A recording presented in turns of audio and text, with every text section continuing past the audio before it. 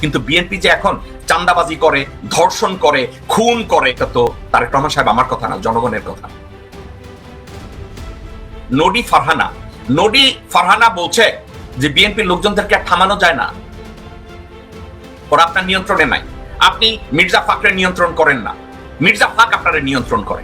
হাসিনা মনে করছে সে নোবেল পাইব, হাসিনা নোবেল পাইতে গেছে এবং হাসিনা রোহিঙ্গাদের ঢুকাইছে ভারতের ইশারায়।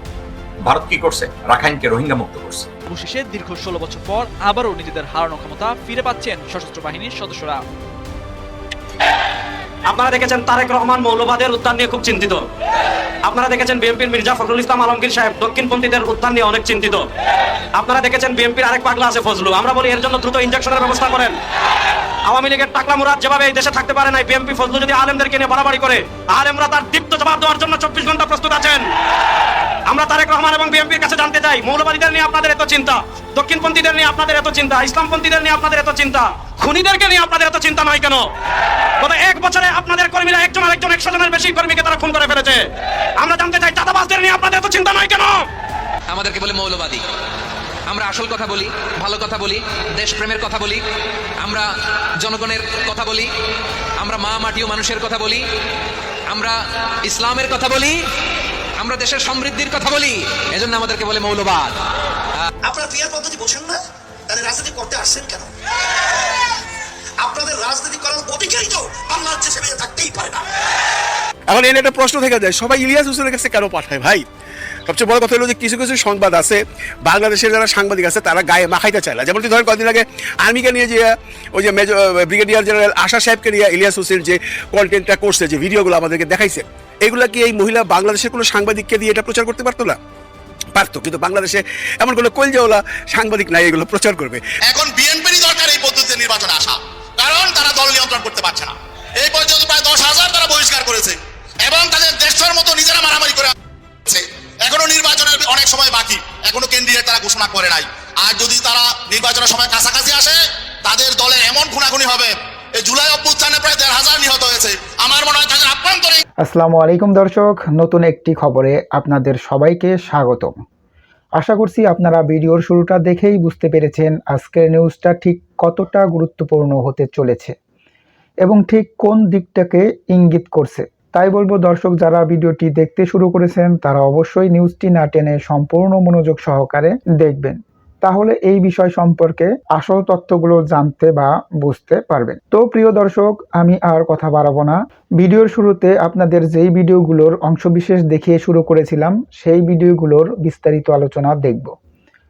তবে তার আগে অনুরোধ, যারা এখনো চ্যানেলটি সাবস্ক্রাইব করেননি সকলে চ্যানেলটি সাবস্ক্রাইব করে পাশে থাকা বেল আইকন বাজিয়ে দিন। আর যারা ইতিমধ্যে সাবস্ক্রাইব করে রেখেছেন তাদেরকে অসংখ্য ধন্যবাদ। প্রিয় দর্শক, চলুন একটি লাইক দিয়ে আমরা ধারাবাহিকভাবে সবগুলো ভিডিওর বিস্তারিত আলোচনা দেখে আসি। সংঘাতে 3,000 মারা যান। আজকে থেকে শপথ গ্রহণ করতে হবে, যতদিন পর্যন্ত বাংলাদেশ থেকে চাঁদা মুক্ত দেশ করতে না পারবো, ধর্ষণ মুক্ত দেশ করতে না পারবো, জালেম মুক্ত দেশ করতে না পারবো, ততদিন পর্যন্ত আমাদের লড়াই থামবে না, চলবে ইনশাআল্লাহ। যার জন্য হাসিনা, আওয়ামী লীগ এবং ভারত এক পেজে ছিল। আপনি কি জানেন তারেক রহমান সাহেব, গত 9 বছর আপনার দলের মাকু নেতা সালাউদ্দিনকে এটার উপরে তারা ব্রিফ করেছে। যে সালাউদ্দিন 5-7 কোটি টাকা, 2 কোটি টাকা, 1 কোটি টাকা ঘুষ নেওয়ার জন্য পাছার কাপড় খুলে দিয়ে দৌড়ায়, সেই সালাউদ্দিন 9 বছর এর মধ্যে ওই যে রাখাইনে তারা যে প্রজেক্ট করছে, ওখানে কাস্টাজের কন্ট্রাক্টরটাকের ব্যাপারেও তার মাধ্যমে বেশ কিছু কাজকর্ম তারা ওইখানে আদায় করছে, পয়সাপাতি তারা দিচ্ছে। জামাই আদরে তাকে শিলংয়ে রাখছে, মেঘালয় শিলংয়ে। তো ভারতীয় মালকে তারা বাংলাদেশে পাঠাইছে, তারে আপনি নেতৃত্ব দিচ্ছেন। আমি একটা জিনিস বুঝি না, ডক্টর মুজিব নামে বিএনপির আপনার এই দলের এক সিনিয়র এক সমর্থক আমাকে বলেছে, বিএনপির গয়েশ্বর রায়কে যুবলীগে পজিশন দিয়েছে ভারতীয় হাইকমিশনারের কথায়। আপনার মা ভারতীয় হাইকমিশনারের চাপে টিকতে না পাইরা গয়েশ্বর রায়কে যুবলীগের পজিশন দিছিল, অন্য যোগ্য কোনো লোকজনকে না দিয়া। ঠিক একইভাবে আপনার মা এবং আপনি মির্জা ফাক ভারতের চয়েস এটা জানার পরেও তাকে আপনারা ব্যর্থ একটা লোককে আপনারা এখনো মহাসচিব রেখেছেন। আজকের পত্রপত্রিকায় মির্জা ফাক বলছে যে অন্তর্বর্তীকালীন সরকারের সদিচ্ছা নিয়ে গুরুতর প্রশ্নের কথা বললেন মির্জা ফাক।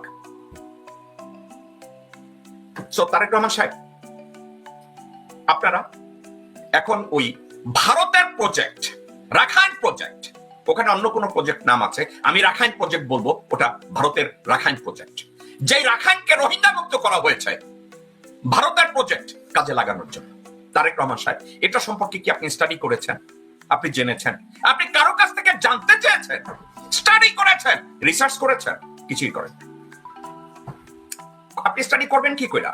আপনার পাশে বসে থাকে স্বামী, আপনার পাশে যেই কজন বসে থাকে হুমায়ুন। হুমায়ুন হচ্ছে ভারতের পাঁচ আটা গুখোর, ভারতের মূত্রখোর এবং গুখোর। এই হুমায়ুন হচ্ছে আপনার অত্যন্ত কাছের মানুষ। এই হুমায়ুনকে সরানোর ক্ষমতা নাকি আপনারও নাই, ঠিক যেমনি গোরখোদক আব্বাস, ফালু এবং ফালুর ভাই নুরু, এদেরকেও নাকি সরাবার ক্ষমতা আপনার নাই। আসলেও নাই। কারণ আপনার যদি থাকে, আপনার ভিতরে যদি দেশপ্রেম থাকে, নেতৃত্বের গুণাবলী থাকে, স্পৃহা থাকে আপনার বাবার মতো, তাহলে তো এ ধরনের লোকজনরা তো ওখানে থাকার কথা না। তা আপনি কি করছেন?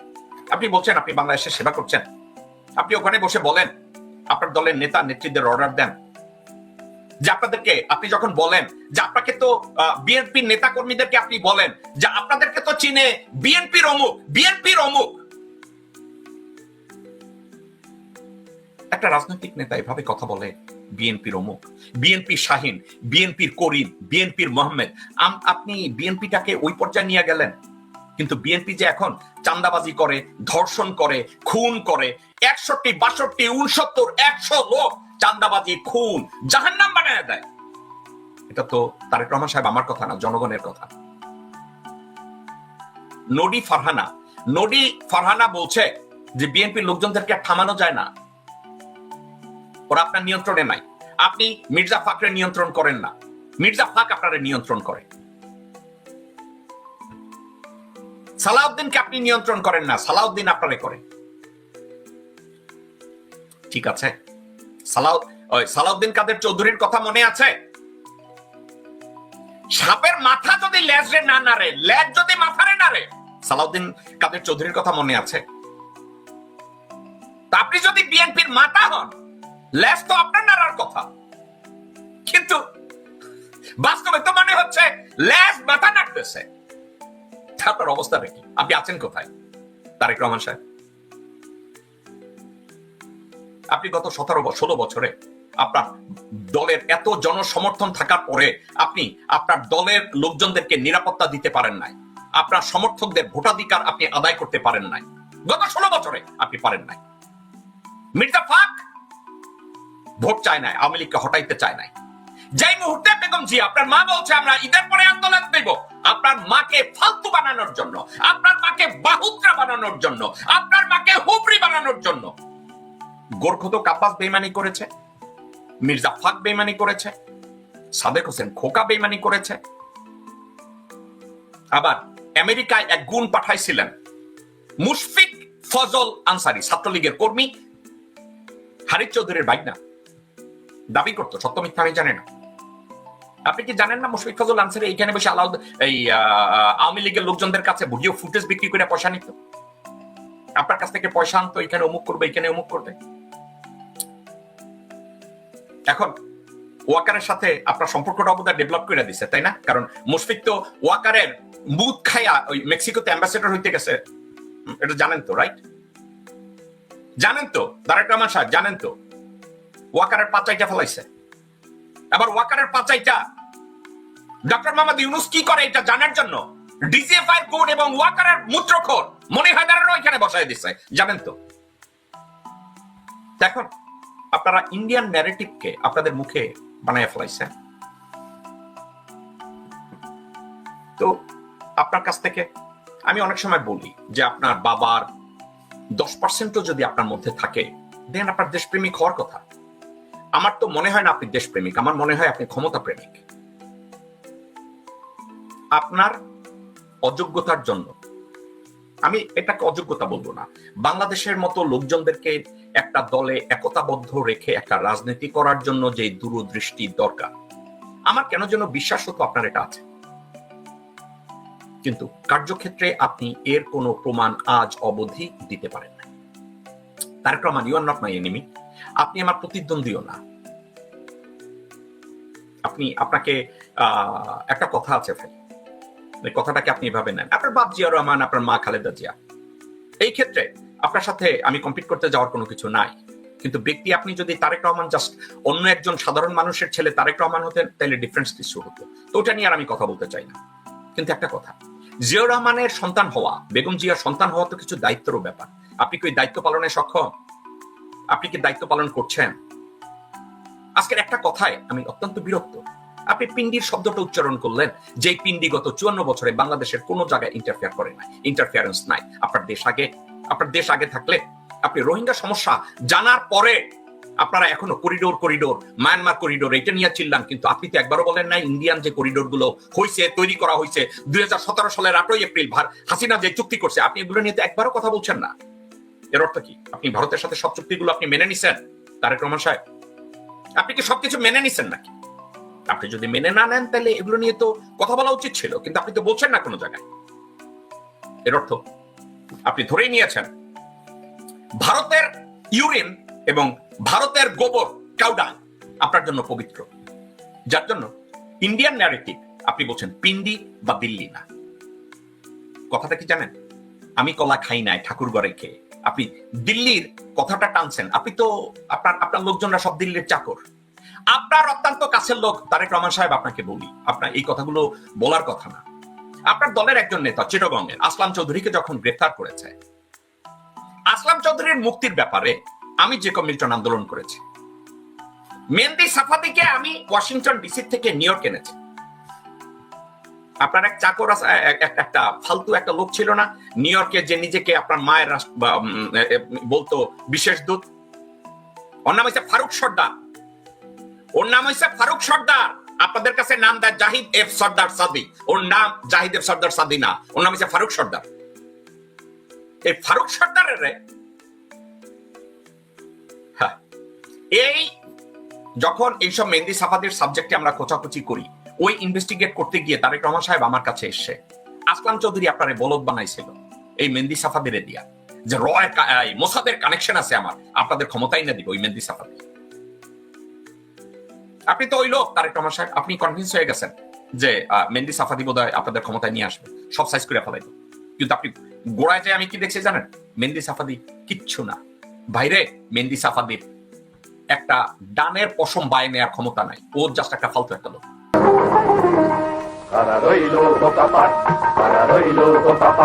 ভেঙে ফেল রেল পাট রক্ত জামার শিকল পুজোর ভাষণ বেদি, ওরে ও করুণ নিশান, ওরে ও করুণ নিশান, ওরে তোর গলায় বিশাল ধ্বংস নিশান, রাজের ভেদি।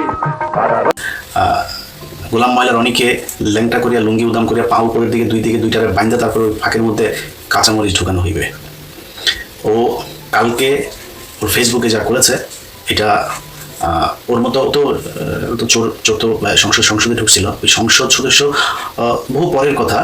একজন সর্বোচ্চ লেভেলের কোনো মূর্খ মানুষও ওর মতো এই ভাষায় একজনের মাকে নিয়ে এই ধরনের কথা বলতে পারে না। সে নারী ছবি দিয়ে বলেছে ওই মহিলা নাকি আমার মা, এবং যা মনে চাই তাই লিখেছে, খুব জঘন্য ভাষা, সেগুলো এখানে রিপিট করলাম না। খুঁজে দেখলাম সেই মহিলা হচ্ছে কি আপনার পাকিস্তানি এক মডেল, ব্রিটিশ পাকিস্তানি মডেল সে। তো সমস্যা নেই, সে আমার মায়ের ছবিও যদি সে পাইতো দিত, সমস্যা নেই। দিয়া যদি তার আমার মাকে নিয়ে তার যদি কোনো অবজারভেশন থাকে, খারাপ কিছু থাকে, তাহলে এই করতো। তো এদের ভেতরে একটা আছে, আগের অনুষ্ঠানে যখন আমি করলাম, করার পরে সে বললো যে আমি তার নাম বিকৃত করেছি, এই জন্য সে কোনো প্রশ্নের জবাব দেয়নি। তার সে যে সারা জীবন যে চুরি বার্তারি যা যা করেছে, এলাকার লোকজন তার বিরুদ্ধে যা অভিযোগ করেছে, কোনো কিছু জবাব না দিয়ে সে বললো যে তার নানা না দাদা, সে হলো তার কালামিয়া হয়েছে গিয়ে তার নাম রেখেছে গোলাম মাওলা, আমি সেটাকে গোলাম ময়লা বলেছি, নাম বিকৃত করেছি, খুব অন্যায় করেছি, এই জন্য আল্লাহর কাছে সে বিচার দিয়েছিল, মনে আছে নিশ্চয়ই আপনাদের। তো আমি তো তোর নাম বিকৃত করিনি রনি, আমি তোর নাম পাল্টে দিয়েছি। তুই গোলাম মাওলা না, মাওলার গোলাম তুই হইতে পারিস না, তুই ময়লার গোলাম, শয়তানের বদমাইশের হাসিনার গোলাম। এই যে এখন আবার দেখছিস না, তোরে একবার তুই জামাতে, একবার বিএনপিতে, একবার আওয়ামী লীগে, একবার এইটাতে ওইটাতে গিয়া শেষ আবার আওয়ামী লীগে ফিরে আসছিস। এখন কেউ তোরে লাগায় না, এখন তুই আওয়ামী লীগে এসে আবার মন মারা দিচ্ছিস। যাই হোক, এখন এই লোক হঠাৎ করে এইরকম একটা পোস্ট করলো। তো আমি আপনাদেরকে বলেছি যে সে আমাকে নিয়ে যা বলেছে, আমি ব্যক্তিগত কোনো ইয়ে নিতে আমার একদম সমস্যা না। আমি ব্যক্তিগত ইয়ে নেওয়ার জন্য রেডি, এবং আমি কিছু কিছু মানুষের ব্যক্তিগত উলঙ্গ করার জন্য রেডি। সেগুলো কারা ধরেন যাদের ভারত কানেকশন থাকবে, আওয়ামী লীগ কানেকশন, ওদের ক্ষেত্রে আমার এথিক্স মেথিক্স কিছু কাজ করবে না। যেখানে পাবো না, আমার বিএনপির স্থায়ী কমিটি অন্তত 4-5 জনের জিনিস আছে, ছাড়ি না কেন বলে দেবো। সবশেষ নোয়াখালীর এক বিএনপি নেতার, ইদানিং তিনি একটু ডাউনে আছেন, একসময় খুব বড় নেতা ছিল, একসময় খুব বড় ধরনের আলোচনা ছিল তার নিয়ে, আর বেশি বললাম না। তার একটা জিনিস এসছে আমার কাছে, এরকম অনেকের আছে, কিছু বলি না, বাট ফখরুলের পাইলে কিন্তু দিয়ে দেবো, সালাউদ্দিন পাইলে দিয়ে দেবো। কেন জানেন? কারণ এগুলি হলো ইন্ডিয়ান চর। সো আমার ইন্ডিয়া আওয়ামী লীগের কানেকশন থাকলে অন্যদের ব্যাপারই না, অনেকের আছে, এগুলো আমি দিই না। এগুলো দেওয়ার এখন বয়স হয়েছে, দেখছি না মাথার চুলমুল সব কিছু, কিন্তু মানে আমার কিন্তু 90% চুল পাকা। এতদিন মেহেন্দি টেন্দি দিয়ে তারপরে একটু খালা টালা করে রাখতাম, কালো রং করা তো আর হারাম। তো এখন ওই রং করে না, পুরো সাদা করে ফেলছে। এখন বয়স হচ্ছে, একটু তো ঠান্ডা হওয়া দরকার, তো হিসাব করে এই করতে পারে। আওয়ামী লীগের ক্ষেত্রে একদম জীবনের আল্লাহ যদি বাঁচায় রাখে, 80 বছর বয়স হচ্ছে আল্লাহ বাঁচায় রাখে, একদম চুলদারি গোপ সব পাকা, চামড়া টামড়া টান পড়ে গেল, আওয়ামী লীগ আর ইন্ডিয়ার কানেকশন আছে, কারণ ওর নুনু পাইলে আপনাদেরকে দেখাই দেবো, আপনারা যাই মনে করেন, আমার কিছু করার নেই, কিন্তু অনেকের ক্ষেত্রে করে রাখি। আজকে জানি আলাপ করতে এসে তার ব্যাপারটা আগে বলি, তার আগে একটু পরীক্ষা করে নেব ওর জিনিসে মেশিনের শক্তি আছে কিনা, এটা ওর মুখ থেকে শুনে আসি আগে। চলেন। হ্যালো, আসসালামু আলাইকুম। তোমার শরীর কি বেশি খারাপ? জি, কি হয়েছে? এটা ক্লান্তি আর কিছু না। কালকে রাত ঘুমাতে পারি না, সারা রাত অফিসে আসছি, আসার পরে কাজ করে কারেন্ট চলে গেল, শুয়েছিলাম, এই উঠলাম, এই মাত্র আমাদের দাঁড়াবো আর কি। আচ্ছা, রোজা কি আছো? রোজা আছি। আমরাও রোজা আছি, তোমার সাথে একটু দেখা করতে চেয়েছিলাম। এটা আমার মেন্টাল, আমি আগে বলছি বারবার, এটা আমার জন্য মানসিক একটা অসন্তোষ তৈরি করে। এই জিনিসটা মানে তোমরা হয়তো যে জিনিসটা যেভাবে ভাবছো বা করতেছো, আমার দিক থেকে ভাবতে হবে। তোমরা ফোন করলে বা তোমাদের কথা বলে, তোমাদের সাথে দেখা সাক্ষাৎ করলে, এটা আমাকে আরো অসুস্থ বানাই ফেলে। আমার পুরো এই যে আসছো, কোনো কথা নেই, আপনার সারপ্রাইজ, পুরো ঈদটা হারাম হয়ে গেছে। আবার যে তোমরা দেখাতে কেন আসছো, কি জন্য আসছো, আই ডোন্ট নো, কিছু জানি না। আসার পর আবার এখন তোমাদের সাথে দেখা করতে হবে, এই জিনিসগুলো আমার উপর চাপ পড়ে, প্রচন্ড চাপ পড়ে। এই বিষয়গুলো তো বুঝতে হবে যে আমি একটা সিস্টেমেটিক মানুষ, সিস্টেমের বাইরে আমি যেতে পারি না। না, তুমি কালকে বলেছিলা দেখা করবা, সেই জন্য ফোন করেছিলাম। ঠিক আছে, কালকে বলেছিলাম, কালকে অফিস ছিলাম, কাজ করছি, কিন্তু আজকে তো করতে পারতেছি না। ঠিক আছে, আর তোমরা ঢাকাতে কথা নেই, ঢাকাতে আসছে কেন? জেসিকা কোথায়? জেসিকা আসছে না চিটগাঁয়ে? না, জেসিকাও আসছে, আমরা সবাই আসছি। আচ্ছা, কি জন্য আসছো তোমরা ঢাকাতে? আসলে তুমি তো জানো সবকিছু, আমার আসলে পিঠ দালে ঠেকে গেছে, বুঝছো। এখন কি করবো বলো না? তোমার এখানে ভেবেছিলাম যে তুমি আমাদের জন্য একটা কিছু করবা। না, আমার জন্য এটা কিছু করা সম্ভব না, লাভ হচ্ছে না, বরং আরো হিতে বিপরীত হয়ে যাচ্ছে, মন বিষাই যাচ্ছে, রাগ হয়ে যাচ্ছে, ক্রোধ হয়ে যাচ্ছে। অন্তত পক্ষে দুপুরবেলাটা যদি তুমি আমাদের সাথে একটু খাও, প্রতিদিন একটু দেখা করো, একটু তোমার কাছে থাকি, গার্ডিয়ান না তুমি আমাদের। না, এটা হবে না, এটা সম্ভব না। এটা আমি নিজের সাথে যুদ্ধ করতেছি বা সবকিছু করতেছি, যদি কখনো আই উইল কল ইউ, এটা সম্ভাবনা, আমি ওই জিনিস আমার হয়ে গেছে, আমার জীবনের একটা ম্যাপ আছে। আচ্ছা, তুমি আমাকে যখন যেটা বলেছো একটু মনে করে দেখো তো, আমি তোমার প্রত্যেকটা কথা শুনেছি। তুমি যখন আমাকে বলেছো যে চিটং চলে যাও, আমি চলে গেছি। না, চলে যাও না, এটা যখন বলেছো ফোন দিও না, ফোন দিই নাই, টেক্সট দিও না, টেক্সট দিই নাই, স্টিল নাও আমি তোমার ওয়াইফ। আমি কি আমার হাজবেন্ডের থেকে এইটুকু আশা করতে পারি না যে সে আমার সাথে একটু যোগাযোগ করবে? আচ্ছা দেখো, জেসিকার কথা মতো আমি তালাকটা উইথড্র করছি শুধুমাত্র তোমার সামাজিক, তোমার নিজের প্রয়োজনে, কিন্তু তুমি এই সম্পর্কে ক্লেম যদি করো, আমি এক সেকেন্ড তোমার সাথে এখন লাইনটা কেটে দেবো। আমি ক্লেম করছি না, ক্লেম না, তুমি বারবার বলতেছো আমি অমুক, এই জিনিসটা তো অনেক আগেই শেষ হয়ে গেছে। আমি তোমাকে একটা দয়া করতেছি, সাহায্য করতেছি টাকা দিয়ে, এবং আমার নামটা ব্যবহার করার তোমাকে ব্যবহার করতেছি, কিন্তু বিনিময়ে তুমি আবার এই জিনিসটা করার পর অন্য স্বার্থের কিছু তুমি আরো যে জিনিসগুলো আমার দিকে হাত বাড়াচ্ছ, দিস ইজ ভেরি রং। আচ্ছা, এমনি তুমি একটা সত্যি কথা বলো তো, জীবনে কি কখনো আমাকে ভালোবাসো নাই? না, কখনোই না। তাইলে যে কথাগুলো বলেছিল এগুলো কি এমনি বলেছিল? এমনি বলেছিলাম। তাইলে আমি যে একটা সংসার, তোমার কথাতেই ওকে ছেড়েছি, আবার তোমাকে বিয়ে করেছি, আমার কথাতে তুমি কোনো কিছু ছাড়ো নাই, তুমি তোমার প্রয়োজনীয় করছো, এবং আমাকে যতটুকু ব্যবহার করার ততটুকু তুমি ব্যবহার করছো। তোমার কাছে এটা মনে হয় আমি তোমাকে যাই সেটাই মনে হয়। এবং তুমি আবার আমি তোমার সাথে সরলভাবে যে আমি অন্তর থেকে চেষ্টা করছি তোমাকে সর্বোচ্চ সহযোগিতা করার জন্য, সাহায্য করার জন্য, আশ্রয় দেওয়ার জন্য, এবং এটাকে অ্যাভেল করার জন্য যে ধরনের মেন্টাল অনেস্টি দরকার, কর্ম দরকার, সেটা তুমি জানো আর তোমার আল্লাহ জানে। ওই জায়গাতে এমন কোনো খুঁত হয়েছে যে ওখান থেকে বরকত আল্লাহ উঠে নিয়ে গেছে। আমি তো সবকিছু জিনিসগুলো সবকিছুর এগেনস্ট আমি ঘুরে দাঁড়াইছিলাম, আমি সবকিছু ম্যানেজ করে নিয়েছিলাম। আমি ওখান থেকে তুমি রুনুকে অরুণাপল্লিতে নিয়ে গেছি। It's not a matter of joke, বাংলাদেশের 1 কোটি মানুষের মধ্যে কেউ কাজ করতে পারবে না, কেউ পারবে না, বাট আমি এই কাজটা করেছিলাম। যে জিনিসগুলো সেগুলো গিয়ে ওখানে নেওয়ার পরে আমার ফুল পাওয়ার আছে, পুরো শক্তি আছে, আমি জোর করে তোমাকে এই কাজ করছি, আমি তোমাকে ঘর বানাইছি, কথা এই শোনো, তুমি আমার সাথেও সংসার করেছো, আপুর সাথেও সংসার করেছো, তোমার কি মনে হয় যে আমি এই কথাগুলো বলবো নাকি? বলো, শুধু আমাকে ছাড়িয়ে দর্শক, আশা করি সবগুলো ভিডিওই আপনি মনোযোগ সহকারে দেখেছেন। সেই সাথে দর্শক, এই ভিডিওগুলো সম্পর্কিত যদি কোনো তথ্য বা মতামত থাকে তাহলে অবশ্যই কমেন্টস করে জানিয়ে দিন। এতক্ষণ সাথে থাকার জন্য ধন্যবাদ। আবার দেখা হবে আগামী ভিডিওতে কোনো নতুন টপিকস নিয়ে। সকলের সুস্বাস্থ্য কামনা করে বিদায় নিচ্ছি। আল্লাহ হাফেজ।